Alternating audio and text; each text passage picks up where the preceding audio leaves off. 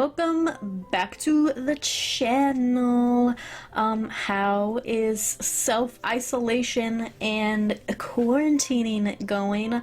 I'll tell you, it's getting boring for me because this morning I worked out. Okay, we are back in for our killer love game. I am really hoping something exciting comes out of this episode because I'm getting, quite frankly, bored with this game, hence why I haven't played, since the beginning of the month.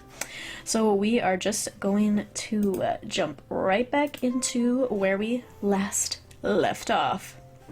August 9th, a few weeks later, she told me that she told me what had happened to her back when she still lived with her family.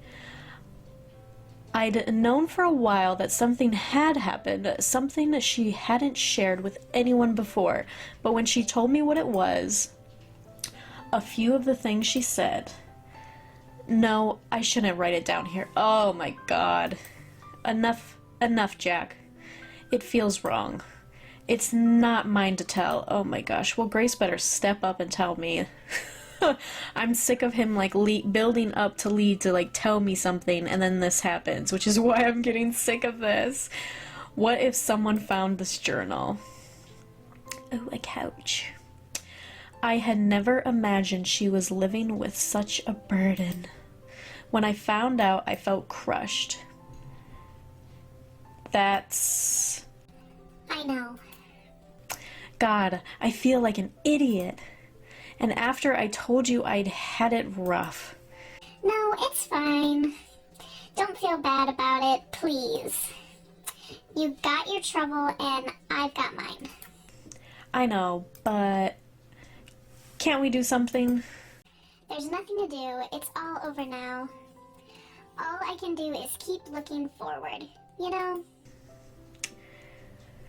I hugged her and told her how brave she was for telling me. I told her I'd protect her, keep her safe forever, and I meant it. And I failed her. But that comes later. Of course it comes later. I'm gonna be real mad if we're gonna get on, part 10, and that's when something good happens. But, I can't keep dragging this on. For now, I figured I should tell her what my own troubles had been. You don't have to tell me if you don't want to. It's okay. Oh my god. I put, lip gloss on. Very faint one. And my, hair keeps sticking to it. I should not have done that. I do want to. It's okay. Oh, wait. I do want to. Okay. Ooh. I'd managed to keep quiet about my past. I had only alluded to things. Now I told her everything. It wasn't a long story. What? Nothing? You don't remember anything? Okay, it's not exactly nothing. But my teen years are fuzzy, and everything before that, it's it doesn't exist. Okay, that's weird. What about your family? I don't know. Maybe I had one. What? I was in a lot of institutions before I turned 18. What? Oh, Jack.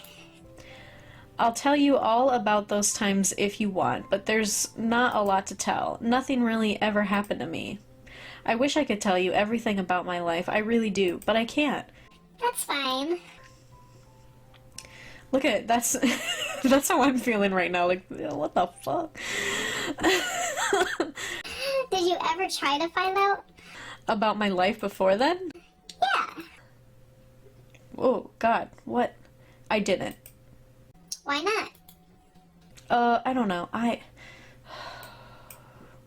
just never felt like it, I guess. I must have known, even back then, that some memories are best left buried, whatever. I'm sure I would like to remember if I couldn't. But you're fine with it? Yeah. Well, okay. Okay. Tell me about the times you can remember then. So I went on and told her about So I went on to tell her about the few bland memories I had. Oh, imagine being my life was such a struggle, blah blah blah, and then suddenly And then she tells you some terrible thing that happened, and you're like, oh shit, well, maybe it wasn't that bad. Okay, August 10th.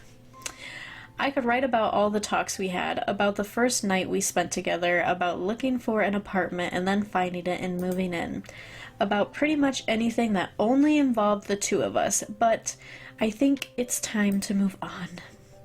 This isn't a feel-good journal after all. It was a Thursday, coming up to a year since Grace and I started dating. I was at the cash register. Grace wasn't in the store. An old lady was counting her change slowly and with trembling hands when Anna walked in. Ooh, we're getting spicy now. Oh! Okay, like the red, I think. Okay. Anna didn't buy anything. She went for the register towards me, empty-handed. Oh gosh. The sight of her approaching made my heart start beating like mad. My head hurt. I knew the moment I saw her that she meant trouble. Jack? My God, is that you, Jack? She had the nerve to pretend she'd stumble upon me by accident, like she hadn't tracked me down. But I didn't have it together. I couldn't see through her acting. I was confused, panicking, not sure why. Excuse me, miss? Is it you? Please don't cut in the line, miss. It's not fair to the other customers. The old lady was still tackling her mass of coins. She didn't seem to notice her much. Don't play silly with me, Jack. It's you, isn't it? Yes, my name is Jack, but you've got me confused with someone else. There's a lot of Jacks out there. I mean, not wrong. Oh, come on. You're you, all right? I put my hand on the counter and steadied myself. She reached out as if to place her hands on mine. I jerked my hand back and she was going like she was going to bite me. Ooh. It's me. It's Anna. Don't you remember? Your old friend? No, we've never met. I guess it has been a while. 15 years? Not me, must be someone else. Anna stared right at me, through me. That would be kind of awkward. I thought I'd either boil or freeze. Sure, it's you. Let's go somewhere and talk about old times. I know a great restaurant just 2 streets over. He's working, ma'am. Like, calm down. Look, lady, even if I was this friend of yours, I have a job to do. So let me get on with it. You're bothering the customers. The customers weren't bothered one bit. If they hated anyone, it was probably me. After all, I was being so rude to this pretty, charming girl who only wanted to talk to her friend. That's a good point, Jack. What are you doing in this place? It's a pile of trash. Someone like you doesn't belong here. I was through trying to reason with her. I crossed my arms and said nothing, hoping she wouldn't notice that my heart was pounding way too fast. Anna gave me a good hard look. Ooh, that face. So, that's how it is. I'll see you later, Jack. Ooh, she went away. I let out a long breath I hadn't noticed I was holding. I felt awful. Even worse, I felt Anna had been right there, I felt Anna had been right. There was definitely something familiar about her. Oh my god, I am so sorry, but I didn't want to find out more. Next time she comes in, I'll treat her the same way, I told myself. Guessing correctly, there'd be a next time. Guessing wrongly, that it'd be at the store. I do it again and again until she gives up. I don't know what she wants, but I won't give an inch. Those were the slowest moving dots in my life. What? The old lady cried out. She'd found a quarter. Thank God, a quarter. No one's using change these days. I am so glad I'm not a cashier anymore. Okay, August 11th. It's weird, isn't it? How I just write today's date like that, and then go right to telling about something that happened months ago. I should write down when that stuff happened. But it was so long ago, I don't think I can remember the exact dates. Who cares? This is only for me anyway. It can be a jumbled mess. Right. Sometimes I feel like I should write more about what's happening now, but nothing is happening. So fuck it, huh? When I told Grace about the girl who called herself Anna and who called me Jack, even though we didn't wear name tags, she took it like it was a good news. That's amazing, Jack. She must have recognized you from childhood. She said 15 years, didn't she? That's right, from the time you can't remember. I don't know. She might be some sort of scam artist. I had just come up with that idea of Anna being a scam artist. It seemed a good enough excuse not to go near her again. Yeah, right. Come on, Jack. At least give her the benefit of the doubt. I don't need her, Grace. I've got you. Jack, I'm not telling you to sleep with her. Don't be so rude to her next time, okay? I wasn't being rude. You so were. Okay, so what if I was? It's not fair to her. She seems like a nice girl. And don't you think it'd be good for you too? To be friends with her? No, not really. She could tell you about your past. Then maybe some things would start making sense. You could put whatever happened behind you. But nothing happened. Something must have happened, Jack. People don't. Grace fell silent. Instead of continuing, she started running her fork through the peas on her plate. Wait, she's not eating right here. What? I feel lied to?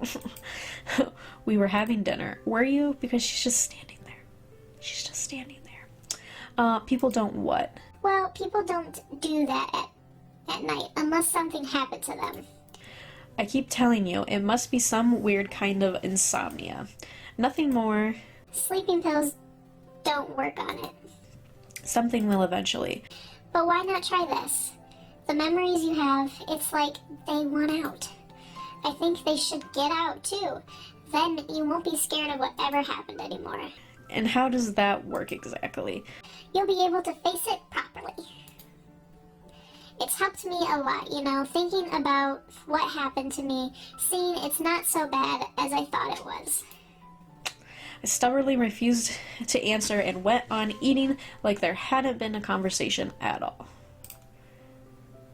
When Grace had referred to what was something I'd only recently found out. Apparently, I shouted and kicked at night a lot. Sometimes I all-out screamed. Maybe I still do all that. Who knows? Maybe the staff and patients here are too polite to point it out. No, I don't scream at night anymore. I'm fairly sure I don't. Though, that's not to say I can sleep all that well. Funny how at one point something like that was the biggest problem in my life. It was so long ago. Or at least it felt like so long ago. So much happened since then. Anyway, the morning after, I would wake up sweaty and tired, and it wasn't until Grace told me about the screaming that I found out why. Grace said it happened about once a week. It really freaked her out the first few times it happened, but then she got used to it. Or as used to it as you can get. It makes me feel like an asshole, realizing how nonchalant I was about it. Screaming every few nights in my sleep I felt, a small price to pay, so I wouldn't have to bother with the past. But it didn't matter. In the end, if I decided to face the past or not, either way, it was coming. The second time Anna and I met as adults, we were neighbors. Oh, okay. I was coming back home from a morning shift at the store. I went into our building, up to the second floor, down the hall to mine and Grace's door, and I froze. Okay, that was really dumb. I'm so sorry. There was someone standing in front of our door. That someone was her. Anna. Jack?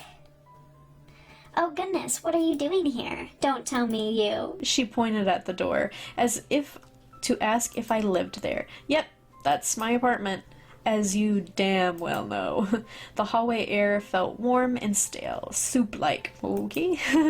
What are you doing here? I was going to say hello to my neighbor, so hello. Wait, huh? In here. She pushed something into my hand. It was a plate wrapped in plastic wrap. There was something brown on the plate. Brownies! I'm sure you'll like them, Jack. But we're not neighbors. I spat the words out. Yes, we are.